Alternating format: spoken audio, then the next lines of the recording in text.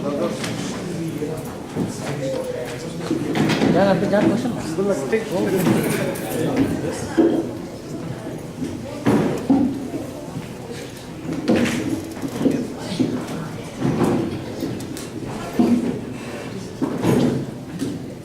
Thank you very much. Thank you very much, Mr. Akhtar Ahmed. Thank you very much, ladies and gentlemen, for being here. Quite frankly, for me, it is an honor to be here. I've heard a lot of stories, but let me just tell you a bit about why I have a black eye. I'm against violence. I'm a non-violent, but I played soccer, so I had a broken nose, so that's why I have a black eye. To be more serious, because I know the subject is very serious, but I'd like also to bring back the fact how I got to be here. And it started with a young student who came to my office to know about what an MP was doing. Rumah. Rumah. Yeah. So maybe if Uma can stand up. Rumah. Jauh सामने जा. So she came to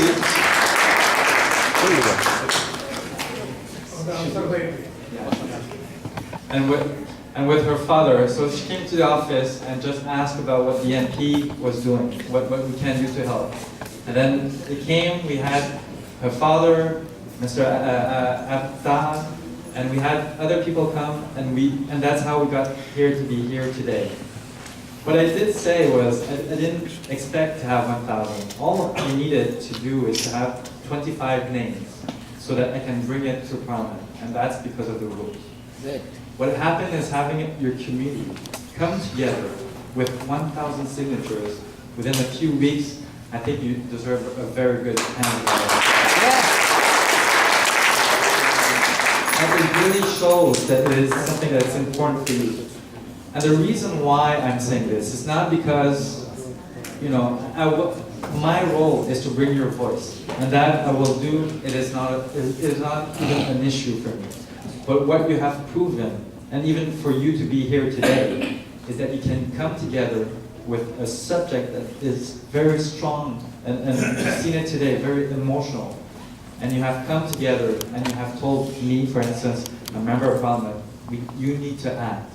And let me tell you also, because I want to apologize on behalf of my colleagues who were supposed to come, but initially we had a change of dates, so it's not necessarily their fault, but I am again, a very honor for me to be here. And I'll just also like to say personally, I understand what you feel like when you have to talk about your country, or the country of your parents, or where you come from, because maybe 2 weeks ago I was here with the Vietnamese community, and we were also talking about human rights in Vietnam, and it was the same issue. Maybe not. I have to admit that what's happening in Bangladesh, it's beyond comprehension, it's beyond understanding, but we came with the same realization that we need here, even though we're not in our home country. We need to come together and to work so that we can change things back in our country. I'll be quite frank with you, being with the NDP, with the official opposition, I have a lot of work to do.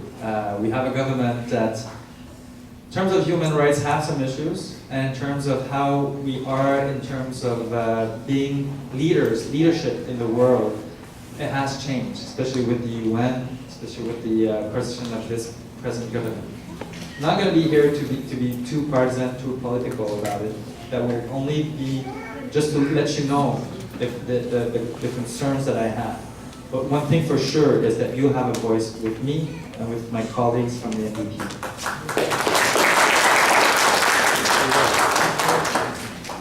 I'd like to also thank Mr.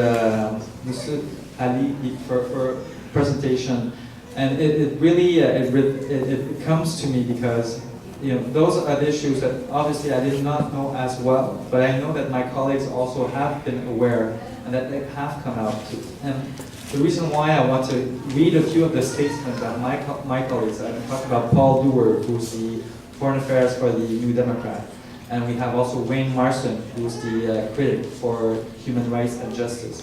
And just to let you know, I'm also I'm the deputy critic for justice, and I sit on the Justice and Human Rights Commission of the House of Commons. So we deal a lot with justice, and we deal also with human rights. So I just like to read just very quickly so that you know that you're not alone and you know that you have a voice. And you know, so also that you know that we are there and that we've been very vocal about it. Let me read to you a statement by Paul Dewar, as I said, our foreign affairs critic, who was talking about we ended up with talking about the building collapse, and he came up and said, we all have a responsibility to act. Business as usual is not an option. It's time for action to improve working conditions overseas and prevent future loss of life. So that's one of the issues he raised.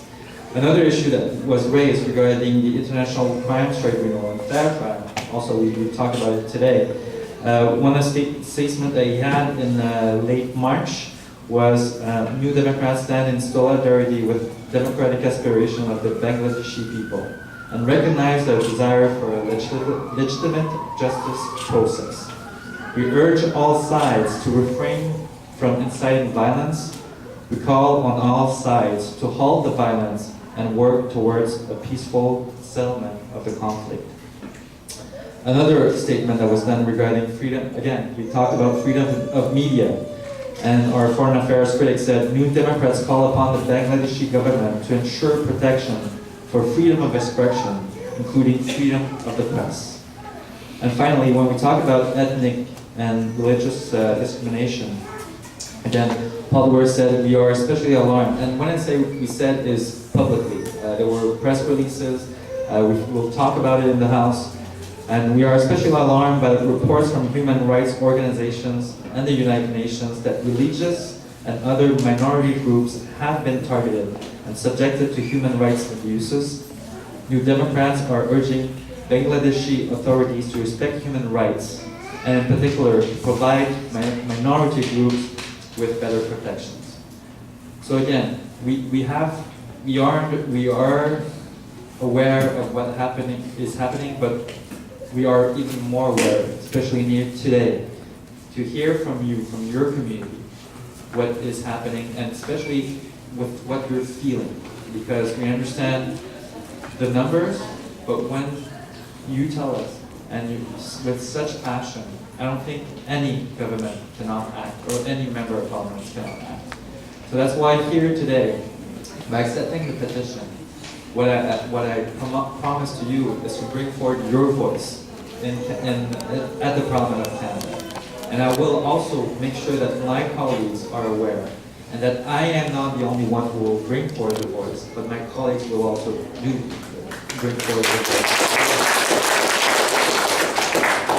And I think that together, you are a very inspiring source of an example of coming together on an issue, and very quickly also, I might say. We have people from Toronto coming, we have people from all over, we have signatures from all across the country. So you have shown that you are able to mobilize, and that we, as elected members of Parliament and the government of Canada, have to learn and have to listen to what you are saying. And most of all, we have to speak and we have to act in order to help people in Bangladesh. Thank you.